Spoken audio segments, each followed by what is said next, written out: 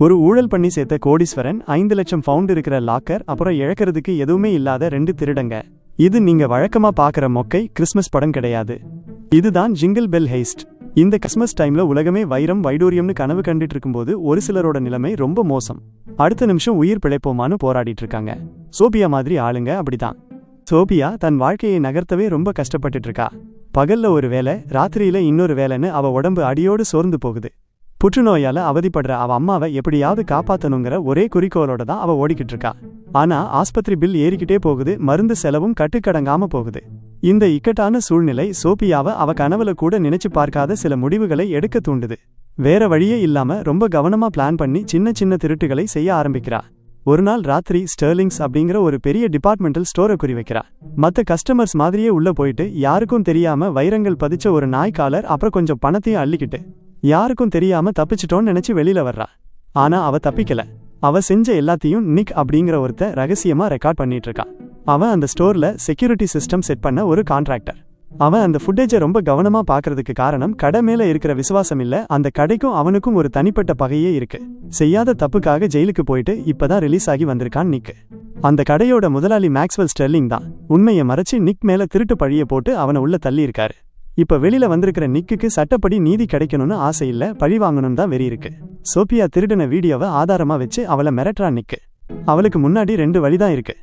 ஒன்னு போலீஸ் கிட்ட மாட்டிக்கிட்டு மொத்த வாழ்க்கையும் இழக்கிறது, இல்லனா அவனோட பிளானுக்கு உள்ள இருந்து உதவி பண்றது.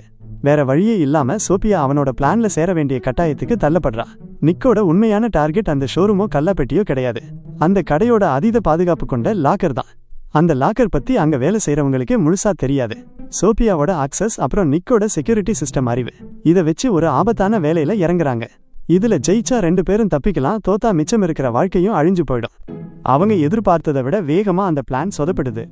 எல்லாத்தையும் பணைய வச்சு செஞ்ச இந்த திருட்டுல கடைசியில சோபியாவுக்கும் நிக்குக்கும் ஏமாற்றம் தான் மிஞ்சுது.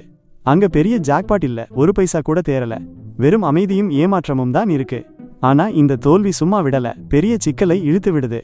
இந்த திருட்டு பழி அவங்க மேல விழலங்கிறது அப்புறம்தான் சோபியாவுக்கு தெரிய வருது. அதுக்கு பதிலா அங்க ரொம்ப வருஷமா விசுவாசமா வேலை செஞ்ச ஏம்படி அப்படிங்கிற செக்யூரிட்டி கார்டு மேல பழி விழுந்துடுது. தப்பு செய்யாத ஒரு மனுஷன் நமக்காக பலிகடா ஆகிறத பார்த்து சோபியா ரொம்ப உடைஞ்சு போயிடுறா. தன்னோட வறுமை மத்தவங்களுக்கு எவ்வளோ பெரிய பாதிப்பை உண்டாக்குதுன்னு அவளுக்கு புரியுது. ஆனா இன்னும் கொஞ்சம் ஆழமா தோண்டி பார்க்கும்போது தான் ஒரு அதிர்ச்சியான உண்மை தெரியுது. மேக்ஸ்வெல் ஸ்டெர்லிங் அந்த லாக்கர்ல பணத்தையே வைக்கல. ஸ்டெர்லிங் அந்த 5 லட்சம் பவுண்டு பணத்தை அவரோட தனிப்பட்ட ரகசிய சேஃப்ல ஒளிச்சு வச்சிருக்காரு. அம்மாவோட நிலைமை மோசமாகிட்டே போகுது, மருத்துவ செலவும் நாளுக்கு நாள் ஏறிக்கிட்டே இருக்கு. இத பார்த்ததும் சோபியாவோட தயக்கம் எல்லாம் போயிடுது.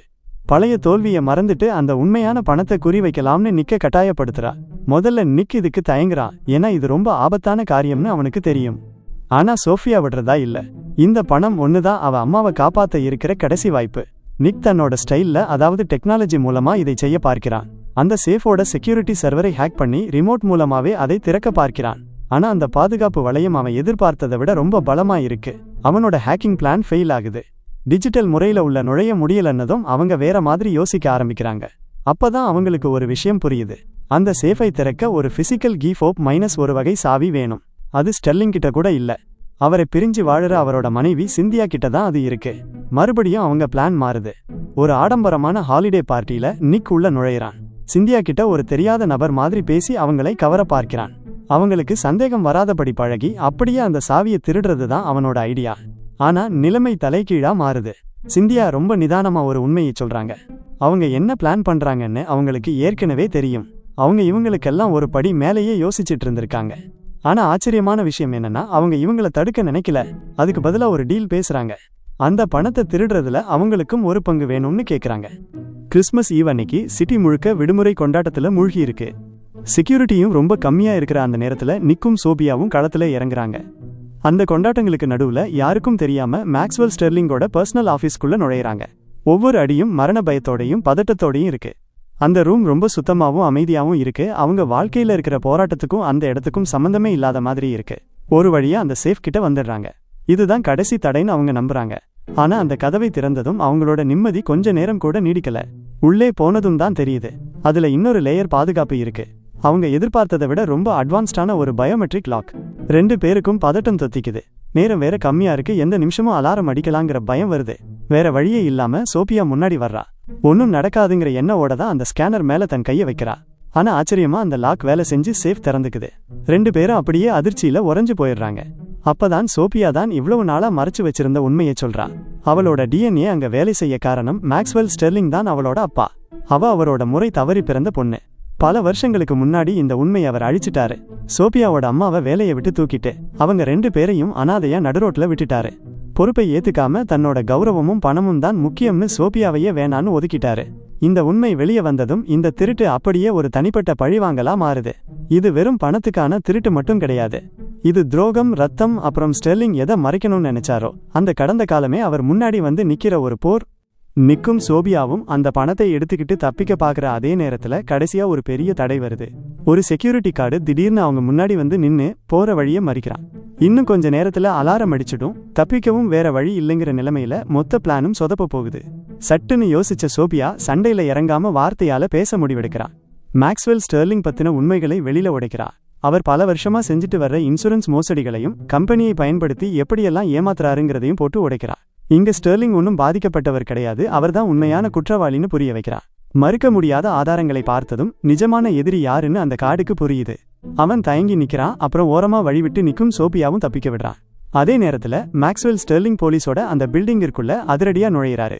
திருடர்களை கையும் களவுமா பிடிச்சிடலாம்னு ரொம்ப நம்பிக்கையா வர்றாரு. ஆனா அங்க அவர் பார்த்த விஷயம் அப்படியே நிலைமையை தலைகீழா மாத்திடுது. அவரோட சொந்த சேஃபுக்குள்ளேயே அவரே ரகசியமா திருடின பொருட்கள் எல்லாம் இருக்கு. அவர் மேலேயே பழி விழணுங்கிறதுக்காக அது அங்க ரொம்ப திட்டமிட்டு வைக்கப்பட்டிருக்கு. இப்போ அந்த உண்மையை யாராலையும் மறுக்க முடியல. இந்த கடைசி ட்விஸ்டுக்கு பின்னாடி இருந்தது சிந்தியா தான்னு தெரிய வருது. ரொம்ப அமைதியா அதே சமயம் புத்திசாலித்தனமா இந்த மொத்த பிளானையும் அவங்க தான் பின்னாடி இருந்து இயக்கியிருக்காங்க.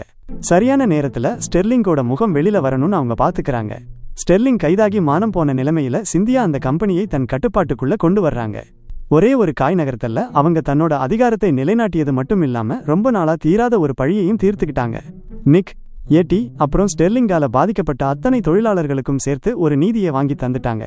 வறுமையால ஆரம்பிச்ச ஒரு திருட்டு கடைசியில ஒரு பெரிய நீதி போராட்டமா முடிவுக்கு வருது. உண்மையான திருடன் ஒரு வழியா தண்டனையை அனுபவிக்கிறான்.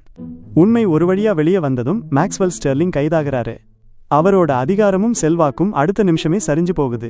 இதுவரைக்கும் மத்தவங்க வாழ்க்கையை அழிச்ச அந்த பொய் பழிகள் எல்லாம் இப்போ நீங்கிடுது. நிக் மேல இருந்த கேஸ் எல்லாம் அதிகாரப்பூர்வமா ரத்து செய்யப்படுது. அதே மாதிரி எடி மேல இருந்த பழியும் விலகுது. செய்யாத தப்புக்காக இவ்வளவு காலம் நிழல் மாதிரி துரத்தின அந்த அவப்பெயர்ல இருந்து 2 பேருமே விடுபடுறாங்க. சிந்தியா சொன்னபடியே எல்லாத்தையும் சரி செய்யறாங்க. சோபியாவுக்கும் நிக்கும் அவங்க பண கஷ்டம் இனிமே வராத அளவுக்கு தாராளமா பணம் கொடுக்கறாங்க, எந்த நிபந்தனையும் இல்லாம. சோபியாவுக்கு இது ஒரு மிகப்பெரிய நிம்மதியா இருக்கு. அவ அம்மாவை காப்பாத்த தேவையான எல்லா ட்ரீட்மெண்ட்டும் இப்போ கிடைக்குது. அவங்க குணமடைய ஒரு நிஜமான வாய்ப்பு அமையும். நிக்கும் மெதுவா தன் வாழ்க்கையை சீரமைக்க ஆரம்பிக்கிறான். அவன் மேல இருந்த கரப்படிஞ்ச பழைய ரெக்கார்ட்ஸ் எல்லாம் இப்போ சுத்தமானதுனால அவனுக்கேன்னு ஒரு புது வீட்டை பாத்துக்கிறான். முக்கியமா தன் பொண்ணு கூட மறுபடியும் சேர்ந்து வாழ அவளுக்கு பக்கத்திலேயே ஒரு வீட்டை தேடிக்கிறான். இதெல்லாம் நடக்கும்னு அவன் கனவுல கூட நினைச்சு பார்த்திருக்க மாட்டான். இப்பதான் முதல் முறையா அவன் எதிர்காலம் அவனுக்கு பிரகாசமா தெரியுது. பரபரப்பெல்லாம் குறைஞ்சதுக்கு அப்புறம் சோபியாவுக்கும் நிக்கும் நடுவுல ஒரு நெருக்கம் ஆரம்பிக்குது. கட்டாயத்துக்காக சேர்ந்த இந்த ஜோடி இப்போ ஒருத்தர் புரிஞ்சுக்கிட்டு நம்பிக்கையோட ஒரு புது உறவை ஆரம்பிக்கிறாங்க.